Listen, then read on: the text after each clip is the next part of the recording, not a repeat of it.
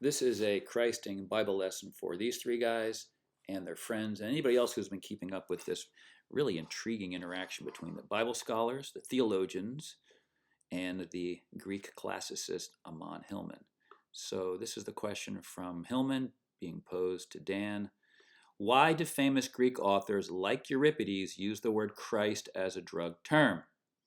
So this is the translation. What kind of drug is it? Is it a Christ or is it a drinkable? This was from 428, Euripides. So Dan's response is, Euripides has no bearing whatsoever, 0% bearing on how the Bible uses the term Christ. They're not using it in a medical fashion. 0% bearing is their position. So McClellan, Huff, and Kipp, they all agree, and all their friends apparently do as well. So they say 0% bearing, no bearing. I will show you that there is actually 100% bearing.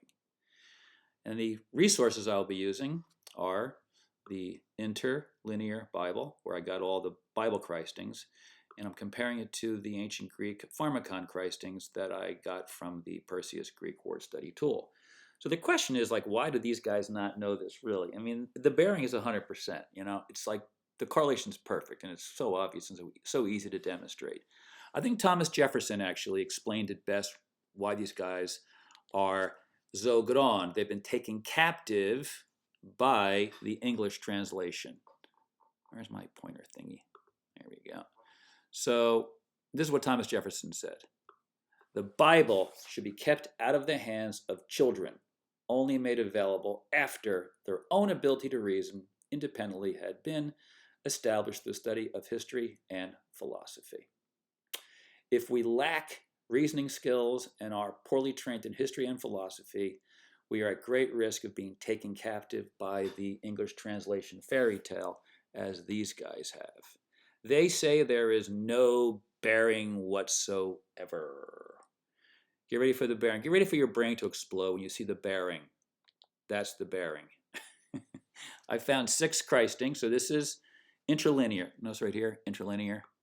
Notice here also, these are the 5 different ways. There could be more, but these are the 5 different ways that the word Christ is spelled in the New Testament in the actual language of Greek.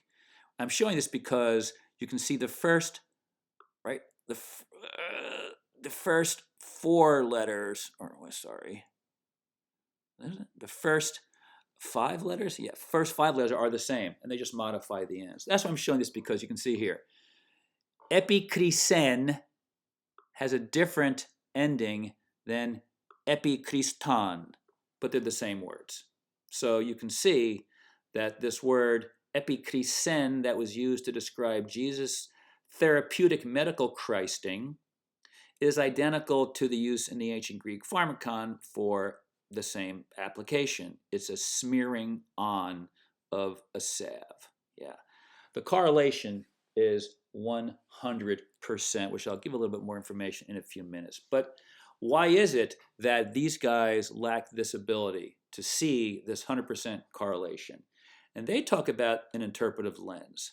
Well, this is, I think, their interpretive lens. And it's been their interpretive lens whether they were believers or scholars. They just suffer, it appears, and unable to understand that there is this direct correlation.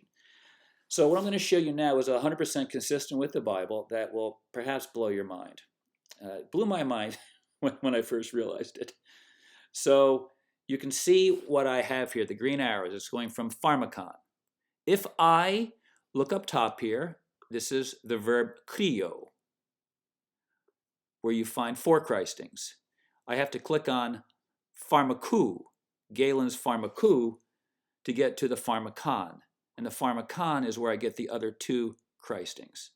So the purpose of drugs, whether healing or noxious, no matter the style, whether it's an enchanted potion or whatever it is, and really here poison, you're talking about antidotes. So if you're poisoned, you'd want an antidote. You'd want to be saved from the poison.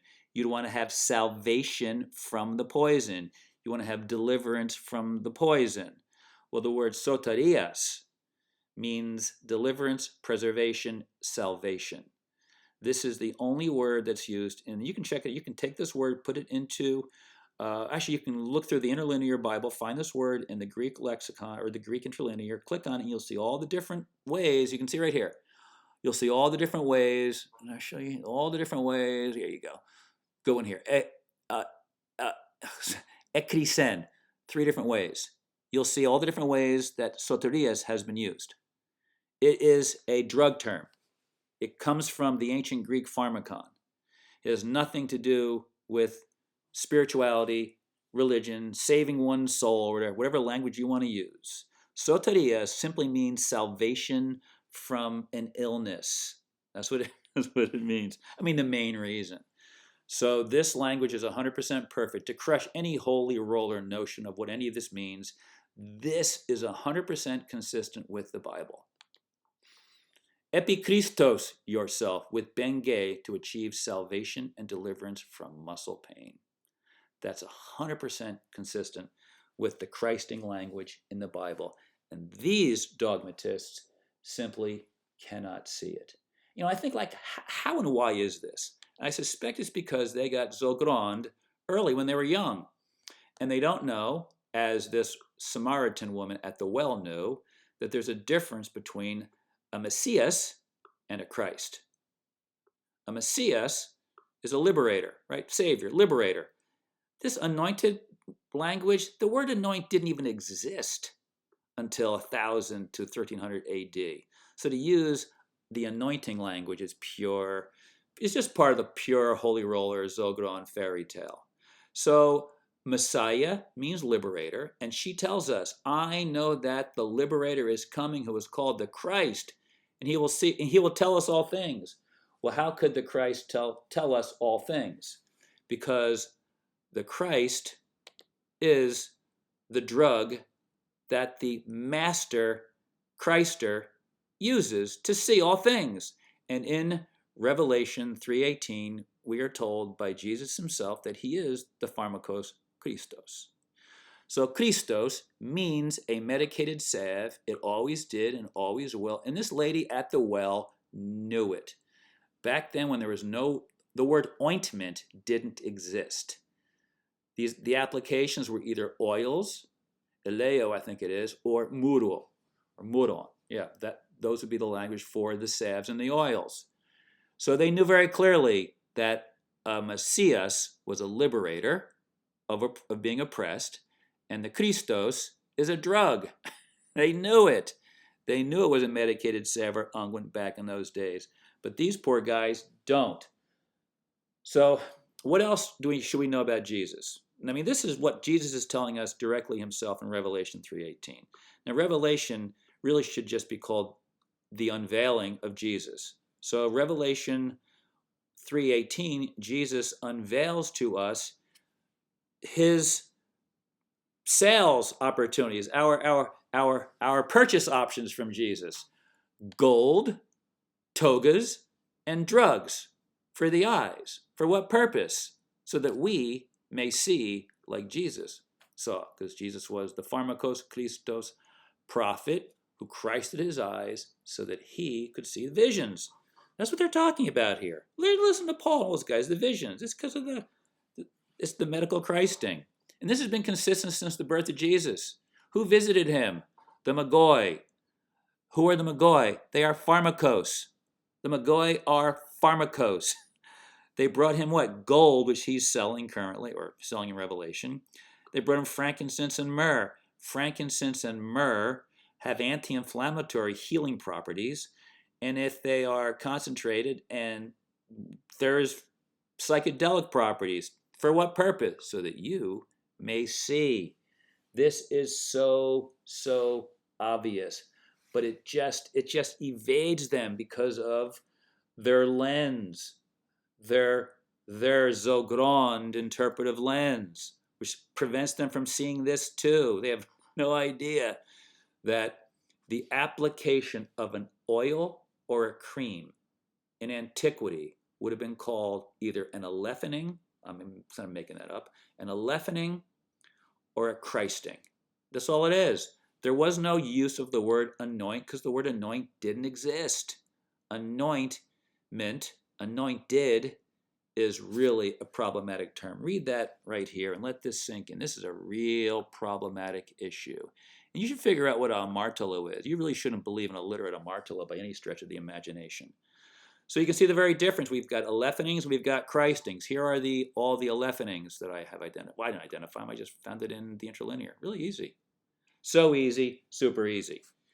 Okay, back to this, because I want to show you the details of these christings, and so you can clearly see forever and ever, until the aeon ends, until the aeonians, till this aeonic cycle ends.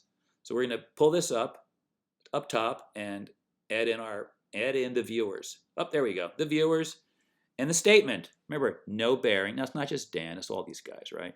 It's Huff, Kipp, Dan. Well, here they are. They all believe this. So now we're going to show you. Again, Christos is a salve. Now when you see pharmacology salves, this is the salve. The Christ is the salve. That you can either, and look what it says here, to be rubbed on. Well, how specifically should we rub it on? Well, we are told in the ancient Greek pharmacon that we can smear it on, or we can rub it in. Smear it on or rub it in. It's the difference. So obviously you can see this is much more general. This is much more specific. So do we have an example of the ancient Greek pharmacon drug christing being applied in the Bible, and Jesus himself did it, as well as Miriamne, Philip's sister, in the Acts of Philip, where she spit, got her spittle going, foamed up spittle, applied it to the guy's eyes, and he could see again. Exactly what Jesus did. Jesus spittle, put it in the mud, mix it up, added some water, I guess, enough spittle to it, and made a poultice, and Christed the guy's eyes, and he could see. Epi-christen is identical to epi-christos, the exact application. Not only is it accurate, it is 100% accurate. And these guys say, no bearing. This is kind of embarrassing for these guys, right? I mean, and here's the biggie that I showed you before from Revelation, where Jesus is telling us to do what? So look at this. Where should we enkristos it? We should enkristus ophthalmus. Jesus, where should we put the kalorion? Enkristus ophthalmus.